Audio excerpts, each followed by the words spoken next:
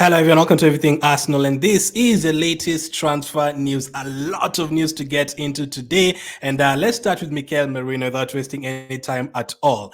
By the way, Rodri, date of birth 22nd June 1996. So we can't get Rodri, let's get someone who's very, very close to him. Mikel Marino, date of birth 22nd June 1996. Mikel Arteta, he is a psychopath. We already know it, but Arteta really is a psychopath. But let's get to the news. Really, really happy that we finally announced the player. He was announced today. Obviously, we have waited for 3-4 weeks, but hey, it's finally done. Mikel Marino is finally an Arsenal player. He joins us on a 4-year contract. I cannot wait for him to get started in an Arsenal shirt. So Edu had this to say about this signing. We are so happy to have completed the transfer of Mikel Marino. This has been another great team effort from many people at the club to finalize the transfer of a player who attracted interest from a number of clubs over the summer, which is true. The likes of Barcelona, the likes of Atletico Madrid all wanted him, but we are the ones that have got him. Mikel was a key target for us this summer, and we identified him as a player who can fit perfectly into our squad profile and profile to improve us. And we aim to build on our strong performances of last season. With Mikel's arrival, he brings us an added high quality of experience, physicality, and athleticism as we look forward to this season ahead. We welcome Mikel and his family to the club and look forward to seeing him play in the Arsenal shirt. Super excited. And the moment I saw this as well, it's even boosts my excitement even more. I just celebrated my birthday on the 23rd. Mikel Marino has been given the number 23. That is perfect. But when I saw this as well, like this guy he's an Arsenal fan as well. He posed with an Arsenal shirt back in 2005. This was it for me. I can actually say this is already my favorite Arsenal player before I even see him playing for Arsenal. Like, this is so cool. I cannot wait for him to get started. It's usually very, very important, especially for Arteta and Edu. They usually want a player who's played for, not played for Arsenal before, but a player who, really wants to join the club, and a player who has a reason to join the club, a player who fits into the culture of the club, a player who loves the project that we've been going through the last 3-4 years.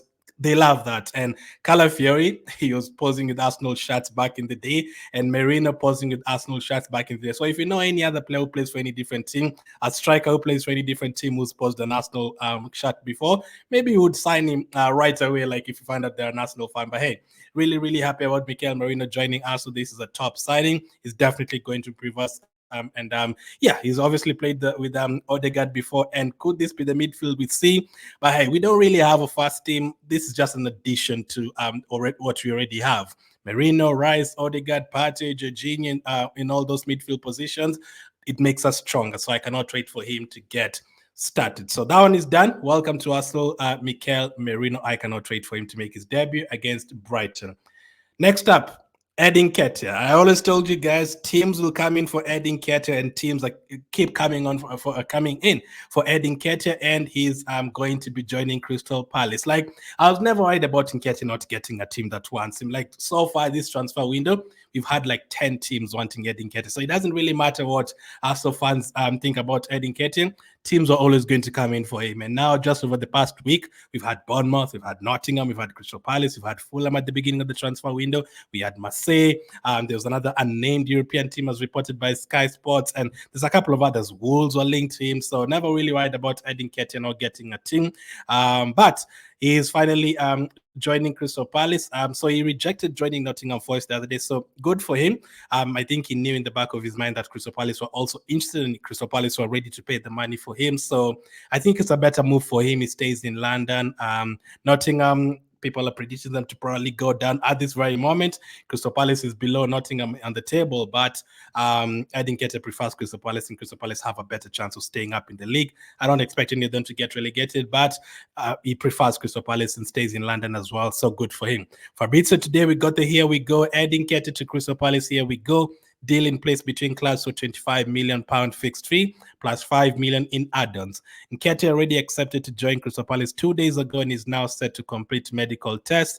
Permanent move as Arsenal wanted green light arrive. So 2 days ago, so he probably knew about the Crystal Palace interest, and he rejected Nottingham Forest. He prefers Crystal Palace. Now, is he going to get playing time there? They already have Mateta and Edouard, but hopefully he gets more chances there and we can see him in the Premier League, and hopefully wish him all the best completely. Just like Smith Rowe, these are Helen boys. I want them to smash it wherever they're going. David Ornstein also said Arsenal expected to accept offer from Crystal Palace, 25 million plus 5 million in add-ons. And as I said as well a couple of weeks ago, as long as we get a 30 million package, doesn't even have to be 30 million. I was even ready to accept from Marseille 30 million, even if he pays us next season, you take him on loan and then he pays us next season, no problem. As long as we get a 30 million package, because the player is worth 30 million. He's not worth 18 million, 20 million. You've seen so many players moving on from their teams this transfer window, and players are going for 40 million, players who have played 2-3 fixtures the last 1 year. So no, Nketiah has played for Arsenal. He does have some quality, even the aspect of him just playing for Arsenal that should make his worth higher than what people have been saying. So he will be undergoing a medical at Crystal Palace very, very soon, as confirmed by David Ornstein here. Nketiah granted permission by Arsenal to undergo medical ahead of completing proposed move to Crystal Palace. Crystal Palace working to finalize agreements with Arsenal for deal worth 30 million and 25-year-old striker on personal terms. No problems expected. So all the best to Nketiah. We will probably talk about him more when the move is confirmed. But hey, we're still a Helen boy. So again, wishing him all the best. I'm not one of those people who completely hate Nketiah. I want him to go and smash it at Crystal Palace. It never really worked out for him over the last couple of years at Arsenal. And it's not just him. 2-3 years ago, we were competing to get into the top 4, top 5.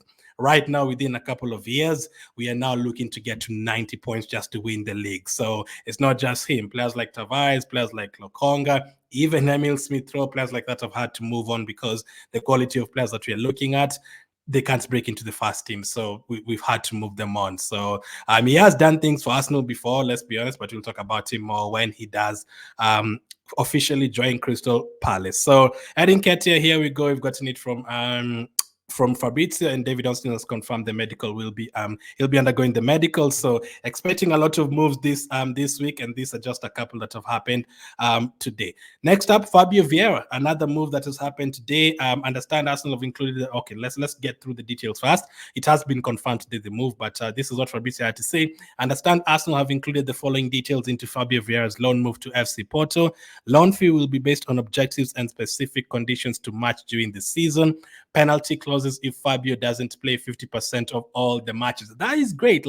You're basically telling FC Porto you need to play him, or the contract, the clauses will take some hit if he doesn't play at least 50% of the games, which is great. So we benefit either way. He's going to be coming back as an Arsenal player next year. So hopefully he does get some game time. Hopefully he's injury-free over there. Hopefully he gets back to his form from 3 years ago before he joined Arsenal. He was really good. Hopefully he goes and recovers his abilities and his form from 3 years ago. And then if we decide to keep him next season, let's see how it goes. So Fabrizio also had this to say. Fabio Vieira's loan move to FC Porto from Arsenal is sealed. All documents have been signed. Arsenal have just authorized Fabio to travel on Tuesday for medical tests. Loan move confirmed, no buy option. So all the best to Fabio Vieira.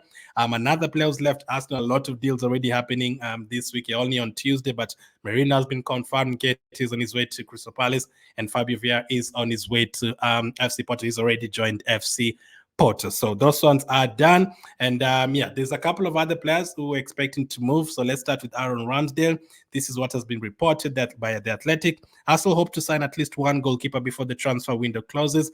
They would like a replacement for Aaron Ramsdale, ideally Espanyol's Juan Garcia, as well as an experienced homegrown goalkeeper to be third choice. So if Ramsdale does end up leaving Arsenal, which is looking very likely, I think at the end of the week, if no team actually pays the money for him, we could actually accept a loan deal or something, I think, because him staying, I would like him to stay, but it doesn't really make sense because he's not going to play. And for him personally, he wants to play. And for Arsenal, maybe to get rid of those wages and, just to get rid of the drama and, not have, all that media going on with Raya Ramsdale. I think it's better for him to go play. Ramsdale is another player, just like the likes of Smith-Rowe, wherever he's going on to him to go and do well. is one of the reasons as well why we became a top team with his performances for those 2 seasons. He was really, really good for us. But we started competing for the title. We started targeting 95 points, so we've had to move on. And Raya started the season very, very well. He's including the PFA Team of the Year, which is voted by fellow players. So Ramsdale, let's see which team is going to end up joining. Southampton were close to signing a goalkeeper today, but I'm hearing he's failed his medical. So I don't know if they're going to come in for Aaron Ramsdale and try to sign him. But there's 3-4 teams that are looking at him right now. Let's see if he's going to get a permanent deal. So again, I think you're going to get a goalkeeper this week, maybe even 2, and Ramsdale is going to leave. So expecting 3 moves in terms of the goalkeepers, because we don't have a backup goalkeeper after Ramsdale does leave. So we need to get a goalkeeper. Nelson, what's the latest on him? Another player that we thought was going to move, but it looks like he actually is going to stay. According to the Ghana blog, Reece Nelson has spent this summer exploring a move away from Arsenal, but with Fabio Vieira being allowed to leave on loan, there's now a significant chance he could stay. Now, it's not 100%. There's still a couple of other outlets that are reporting, yes, it's definitely done. He's going to stay as an Arsenal player. If it does stay, so question for you guys, if it does stay, does it mean he is going to be the backup for Nelson? But are you convinced Nelson will be a good backup for Saka? If it does stay and we don't sign a winger, it's going to be a big season for him, because not even the whole season, I'm talking between now even to January, like he will need to perform have big performances between now and January, because we don't want Saka to play every single game, and we saw Nelson coming in for Saka against Aston Villa. He will need to be big now because Vieira is no longer there. Jesus, who can debutize for Saka on that side, is currently injured. So unless Nelson can step up his game, if he steps up his game from the Carabao Cup games and coming on for Saka, it would be good for us even until January. If we try to sign a winger in January, it would be big for us. So he looks like he's going to stay. There's no team that has actually put an offer on the table for him, surprisingly. The likes of Nketiah and Ramsdale and all these guys have had offers on the table, but Nelson, no offer yet. So Nelson, if he does stay, big 4 or 5 months for him between now and January. Let's see what is going to happen, because Atta can have that choice or option of playing Martinelli on the right side, as you've seen this year, especially from March. Martinelli has played a few games on the right side, especially when Saka's gone off, so it is possible. Another player we thought was going to leave Arsenal, but it looks like he's going to stay, is Jakub Kiwior. Now, this one I'm completely happy with.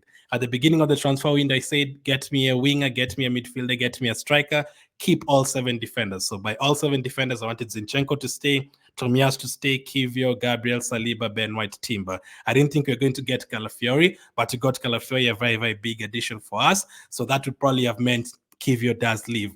But if Kiwior is actually staying, wow, like we have, you remember Tierney is still an Arsenal player. Tierney has been linked to the move to Galatasaray, so I don't expect him to stay. But 8 defenders, just imagine that. That's really strong. Like our defense will be even stronger. Like even with Tomiyasu injured right now, at left back right now, he has so many options. So I thought he was definitely going to leave, because with Timber going off, Calafiori comes on. Zinchenko can also come on. When Tomiyasu is back, he can come on. So we literally have 5 players who can play at left back. I don't think we'll ever have problems with left back. We also have like 3 or 4 players who can now play at right back. Tomiyasu, White, Timber. Like just incredible, absolutely incredible. So does that mean we are going to see Zinchenko maybe, being moved in midfield a few games? That would be great. Like if you ask Zinchenko, listen, you don't have to defend. We now have defenders to back you up behind. You're going to go up front now and, do some stuff in midfield. That could be an option. Remember, because we've sold Smith Rowe, we've sold Elneny, we've brought in Merino, and basically just brought in 1 midfielder. So maybe Zinchenko can help in a few games in midfield. That would be great as well. But Merino, Kiwior seems like he could actually end up staying at Arsenal, which would be a big surprise. But let's see what happens. Now, winger, we've talked about Nelson and Saka, but Fabrizio has actually confirmed that we could, there's a very good chance Arsenal will move for a winger. So which winger could it be? Does this change if Nelson ends up staying? If you get a wing, I'd not be surprised if it's a loan with an obligation to buy or option to buy at the end of the season. Buying and paying the money for them, I think it's going to be hard, especially if you're looking for a striker. I don't think you're going to get both of them, because you're also going to sign a goalkeeper. Let's see what happens, especially if Ramsdale goes on loan and then we'll need to buy a goalkeeper. That's another 15, 20 million we're going to spend on one Garcia. So I'm sure, I believe in Atenedu. I'm sure that they are thinking of something. They are going to get some deals done. Let's see. But we also have this update in regards to a forward player. Arsenal are hoping to launch a late search for a forward this week, but the club are keen to see several other deals with Mikel Marino and Nketiah over the line. So those ones are over the line now to recruit up front, ideally a versatile winger. So Jordan Davis of the Sun reports a winger, and Fabrizio has also reported a winger, a versatile winger. So are we going to get a winger who can also play as a forward? I don't know who comes to mind. But listen, as long as you can get someone who can just score goals and love scoring goals, that would be great. There's wingers who score goals, Saka, Salah, those guys score goals. If you can get someone like that who can also play as a striker and score goals, that would be great. Thierry Henry was once a winger. If you can get someone like a Thierry Henry, you can convert into a striker. If you can't get a striker, let's just get someone who can score goals. So I still feel like we're going to sign a player now that Smith Rowe has left and Nketiah has left and Jesus is injured. Actually, the injury could be a more than 1 month kind of injury. So we'll definitely need a forward player. Havertz cannot play every single game. There's Champions League coming up, 8 games in Champions League this season. This season we could have, there's no group. So we are going to play 2 teams from pot 1. So we could actually have Real Madrid and Bayern Munich in the first rounds. So it's going to be very, very tough. And plus games coming up after the international break, Tottenham away, Man City away, the Carabao Cup will be starting. We can't just have Havertz playing every single game. He'll also get tired. We need different options. So which forward are we going to get? Which winger could we get? Do you guys have anyone in mind, a winger who can also score goals and play up front? Let's see. There's been talk about Tony as well. Tony could be back on the radar. Chelsea are trying to sign him as well. Chelsea are always everywhere. Osimhen, I think the agent said something like he's not a package to be delivered to Saudi Arabia. So does this mean he's still available for 65, 70 million? Gyökeres, what is going to happen with all that? I think it's going to be a big week. I think we're going to sign a forward player, but who? I cannot guess. I cannot guess that at all. But a lot of movements are starting to happen. Players that many of you wanted to leave are now going. And some players are going to end up staying, like Kiwior and Nelson. But we still expect a lot of movements. So another update will come up very shortly. Thank you for watching, and I'll catch up with you guys on